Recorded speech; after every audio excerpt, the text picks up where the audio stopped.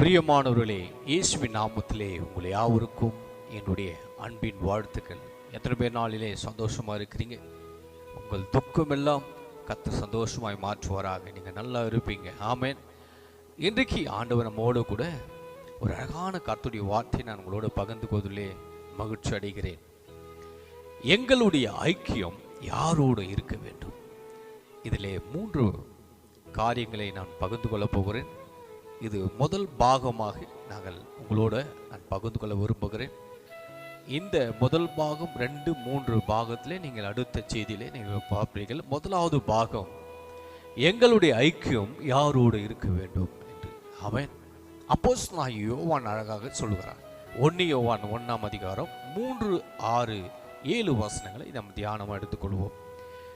நீங்கள் எங்களோடு ஐக்கியமுள்ளவர்களாக இருக்கும்படி நாங்கள் கண்டு கேட்டு இருக்கிறதை உங்களுக்கு அறிவிக்கிறோம். எங்களுடைய ஐக்கியம் பிதாவோடும் அவருடைய குமாரனாகிய இயேசு கிறிஸ்துவோடும் இருக்கிறது. அப்போஸ்தலனாகிய யோவான் சொல்றாரு, நாங்க கண்டு இருக்கிறத உங்களுக்கு அறிவிக்கிறோம் என்று. இன்றைக்கு உங்களுக்கு அறிவிக்கிறோம். இந்த செய்தி யார் கேட்கிறீங்களோ உங்களுக்கு அறிவிக்கிறோம். என் அன்பு தேவ பிள்ளைகளே, உங்களுடைய ஐக்கியம், ரட்சிக்கப்பட்ட பிள்ளைகள், உங்களுடைய ஐக்கியம் யாரோடு இருக்கிறது? யோசித்து பாருங்க. இன்னைக்கு ஆண்டவரோடு நம்ம ஐக்கியமா இருக்கிறோமா?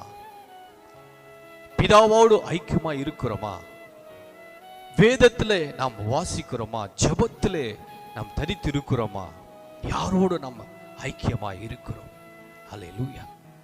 இங்கே நாம் யாரோடு ஐக்கியமா இருக்கணும் என்று அவர் சொல்றாரு. முதலாவது, நம்முடைய ஐக்கியம் பிதாவோடு. அல்லேலூயா சொல்லுங்க. பிதாவோடு நம்ம ஐக்கியமா இருக்கணுமா? 2வது, அவருடைய குமாரனாகிய இயேசு கிறிஸ்துவோடு நம்ம ஐக்கியமா இருக்க வேண்டும். அல்லேலூயா.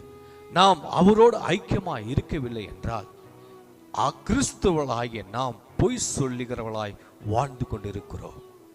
6வது வசனம் சொல்லுகிறது, நாம் அவரோடு ஐக்கியப்பட்டவர்கள் என்று சொல்லியும் இருளில் நடக்கிறவர்களாய் இருந்தால் சத்தியத்தின்படி நடவாமல் பொய் சொல்லுகளாய் இருப்போம். ஒருவேளை நீங்க அவரோடு ஐக்கியப்பட்டவர்கள் என்று சொல்லி நீங்க இருளில் நடந்தீர்களானா நீங்க பொய் சொல்லுகளாய் இருப்பீர்கள் என்று அப்போஸ்தலனாகிய யோவான் சொல்றாரு. 7வது வசனத்துல பாருங்க, அவர் ஒளியிலே இருக்கிறது போல நாமும் ஒளியிலே நடந்தால் ஒருவருக்கொருவர் ஐக்கியப்பட்டிருப்போம். அவருடைய குமாரனாகிய இயேசு கிறிஸ்துவின் ரத்தம் சகல பாவங்களை நீக்கி நம்மை சுத்திகரிக்கும். அல்லேலூயா.